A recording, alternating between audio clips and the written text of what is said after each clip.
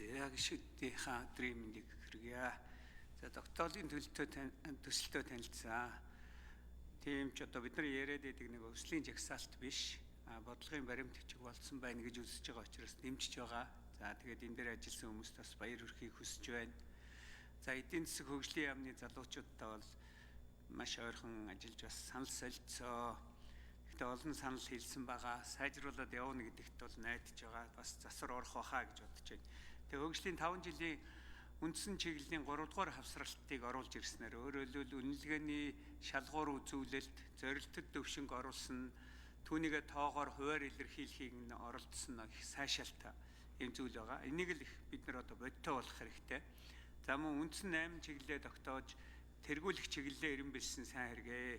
Хүний хөгжил одоо боловсрал эрүүл мэндийг нэгдүгээр тавьсан одоо манай ерөнхий сайдын яриад байдаг хүний хөгжил бол манай засгийн газрын мега төсөл байна гэсэн энийг одоо баталж байна гэж талархаа хүлээж авч байгаа.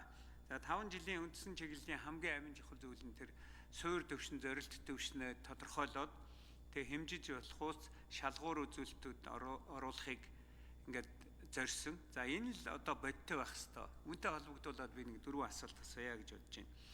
За боловсролын салбараа 5 жилийн турш одоо эрен билсэн учраас тэргүүлэх чиглэл болгосон, тэргүүлэх салбар болгосон. Үнийг одоо байнга одоо мөрдөөд явж чадна үстэй. За үүний тулд зүгээр одоо олон гишүүд давхардуулж ярьж байна. Төсвийн нийт зардлын нэг 20% нь боловсролын зардлыг хүргэж чадах уу гэдэг асуултыг асуумаар байна. За энэ дээр бас нэг санхүүжилтийн 2 ихэнх өсрөө нь улсын төсөв байна, гадаадын хөнгөлөлтөө зээл тусламж байна гэдэг дотор гадаадын зээл 468 тэрбум төгрөгийг тавьсан байгаа юм. Гэхдээ энэ одоо Азийн хөгжлийн банкны их усүр мөн үү гэдгийг 130 сая долларын зээл мөн үү? Тэгээ 2026 онд огт ямар ч дүн тавигдаагүй байна. Энэ ямар учиртай юм бэ гэдгийг асууя. Хоёрдугаарт баялагын сангийн хоримтлыг 2024 онд 448 гэсэн юм суур төвшин байгааг 2030 онд зорилттой төвшөнд 2156 бараг 5 дахин нэмэх нэ. Энэ болцоотой бодтой юу? Баялагын сан дээр ер нь ямар бодлого баримталж байгаа вэ гэдэг ерөнхий сайдаас асуумаар байна. За 3 дугаарт нь суур төвшинг бодтой тавих шаардлагатай. За одоо зарим зөрөөтэй зүйл байгаа. Тэр 3 дугаар хавсралтын 1-1-ийн 2-1 гэсэн стандартын шаардлага хангасан бүлгийн тоо ерөнхий боловсролын сургуульд байгаа бүлгийн тийм тоо нийслэл 76.5%, аймагт 97% байна гэж байна. Энэ хэр бодтой вэ? Би өөрөө энэ талын судалгаа хийсэн хүн байгаа. Тэгээ 704 төрийн өмчийн сургууль дээр 23748 бүлэг байгаагийн 30-аас дээш бүлэг дээш хүүхдтэй бүлэг нь бол 9500, тэнд 362 мянга гаруй хүүхд сурж байгаа. Энэ 50 гаруй хувьд авчаад байгаа. Тэгээ ийм зөрүүтэй байхад энэ одоо яг бодтой том мөн үү? Тийм учраас бид нэр суур төвшингээ маш сайн нарийн нягтлжээд тавиад тэрнээсээ цаашаа явна. Нөгөө талаас зорилттой төвшинг бас бодтой тавих хэвээр. Энэ сэтгэлийн хөөрлөөр бас тавиад ах шиг байгаа юм. Одоо мэрэгжлийн багшаар хангагдсан цэцэрлэг одоо бол 23.6% таа. ЕБС-наас 23.8% гэж байж байгааг 2030 онд цэцэрлэгийг 95% төргөн, ерөнхий боловсролын сургуулийг 96% төргөн. Мэргэжлийн багшаар хангагдсан багш ердөө 5 жилийн дотор. Энэ бол их сайхан сонсогдож байгаа. Гэхдээ энэ үнэхээр бодтой биелэх зорилт тоо мөн үү? За ийм одоо шаардлагуудыг хөндлөнгийн байгууллагаараа хянуулаад энийг одоо сайн хийлгэж явах нь биднэрт энэ үндсэн чиглэлүүдэд төлөвлөгөөгөө биелүүлэх. За ерөнхий сайд хариулъя.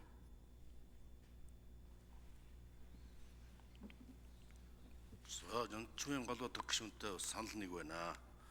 Энэ боловсрол бол тэргүүлэх салбараа. Боловсролд оруулж байгаа хөрөнгө оруулалт бол ирээдүйн хөгжлийн суурийг тавина. Тэгвэл төсвийн зарлагын 20% төрөхийн тулд манай энэ төсвийн зохиц реформыг шаардлагатай байгаа. Манай нэг юм сонирхолтой төвшин байгаа нь алтан гахаагаас хойш нэмэгдсэн хүүхдийн төрөл төсөлд нэмэгдэл бол боловсролын салбар одоос 1,145,000 хүүхэд суралцагч нартай болоод ирэхээр сургуулийн тоог нэмэх шаардлагатай болсон, ачааллууд нэмэгдсэн, багшны тоогоо нэмэгдүүлэх шаардлагатай болсон. Тэр хэмжээгээр зардал өсөж байгаа. Нөгөө талдаа Монгол хүний дундаж наслалт уртасч 71.7 болсноороо бас тэтгэврийн ачаал маань нэмэгдэж байгаа.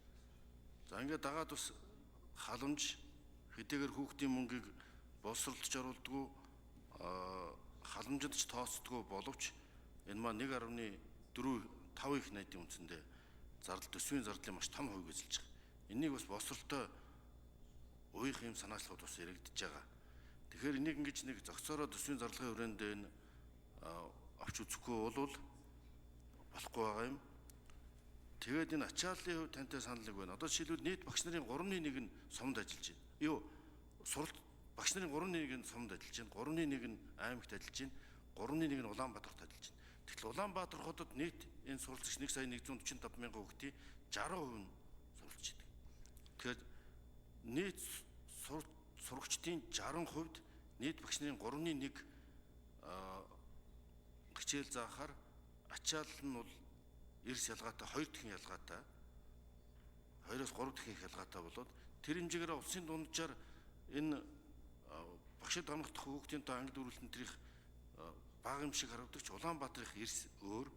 За энэсээ шалтгаалсан багшийн ачаалал дарамт 60-70 хүүхдээ сурж байгаа гэд залуу багш нарын ачаалал дарамт тэгээ нөгөө залуу багш нартай анги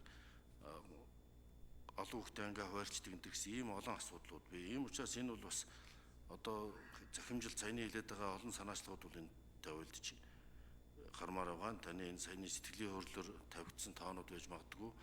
Гэхдээ явж байгаа цаашдын хандлага бол 2030 хүртэл төрөлд буурж байгаа. Өөрөлд сургуулийн ачаалал буурна. Одоо дэлхийн нийтийн чиг хандлага одоо Япон, Солонгос гэхэд сургуулиуд эзгүй болж шít хүүхдүүд төрөлд багасснаас шалтгаалаад. Тэгээ энэ бол бас нэг сайн үзүүлэлт бичигсэн тодорхой хэмжээгээр өсөж исэн цикл бол ямар ч байсан шинэ сургууль барих шаардлага багш нарын тоог нэмэх шаардлагууд бол харьцангуй буур хандлагатай болно. За энэ хэмжээгээр нэгж доногдох зардал. За. Цэндийн сандаг очир гүшүүн. За. Наранбаяр сайд хариул. Шаарлаа. Тэгэхээр 20% төгрөг хэсэг тэгээд тэр энэ бол зорилт болж явж явах хэрэгтэй. Ингэж үйл бид олон асуудлыг шийднэ. Нөгөө талдаа бол энэ 468 тэрбум гэж хэллээ. Энэ Азийн хөгжлийн банкнд энэ удаагийн дагалдахын хуулийн төсөл за мөн одоо олон улсын гэрээ хэлцээгээр бол $150 сая хэмжээтэй Азийн хөгжлийн банкны зээлийг хөнгөлөлтөө зээлийг авахар байгаа. Үүний 130 сая нь бол 41 байршил дээр сургууль цэцэрлэгийн одоо хүртээмжийг нэмэгдүүлэх зорилгоор барилга байшин барихад чиглэж байгаа. Тэгэхээр энэ бол мөнгөн тоонд баг мөрөгж явах шиг байна. Тэгэхээр хэрвээ явал сангийн яамнаас бас тодруулаарай. Бид бас энэ яг хөө та түрүүнд хэллээ 95-96% руу шууд хүргэнэ гэд ингээ бичсэн байна гэдэг нь энэ их хурал дээр ажлын хэсэг байгуулагдсны дараа тоонуудаа бас дахиж магадaltaж харъя. Ингэх бас шаардлага байх гэж бодож байна. Баярлалаа. За, галуудар гүшүүн тодруулъя.